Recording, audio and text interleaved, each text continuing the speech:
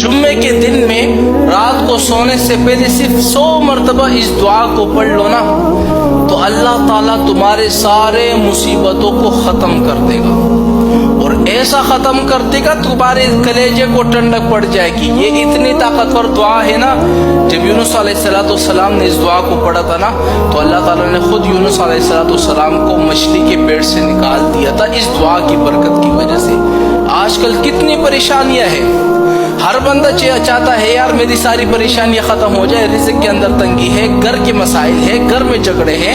گھر کے اندر مصیبتیں آتی ہیں، کتنی 100 مصیبتیں ہر انسان کے اوپر ہوتی ہیں۔ جو بندہ یہ چاہتا ہے کہ جمعے کے دن میں اس دعا کو پڑھ لوں، میری ساری مصیبتیں ختم ہو جائے نا، تو اس دعا کا اہتمام کیا کرو، اور اس دعا کو آپ نے اپنے دوستوں تک پہنچانا ہے، کیونکہ جب آپ کسی دوست تک اس دعا کو پہنچا لو گے نا، اور اس پر مصیبتیں ہٹ جائے گی نا، تو اس کا جتنا ثواب، خوشی کا ثواب ہوگا وہ آپ کو ملے گا، کیونکہ آپ نے یہ پیغام اپنے دوستوں تک پہنچایا، اپنے رشتہ دار تک پہنچایا، اپنے کسی اور دوست تک پہنچایا، اس پر ساری مصیبتیں ختم ہو گئی۔ اب وہ دعا کون سی ذرا نوٹ کر لیں۔ آپ نے کرنا کیا ہے، جمعے کے دن میں جب عشاء کی نماز آپ نے پڑھ لی نا، اور سونے کا وقت آ گیا، سونے سے پہلے صرف 100 مرتبہ آپ نے پڑھ لینا ہے،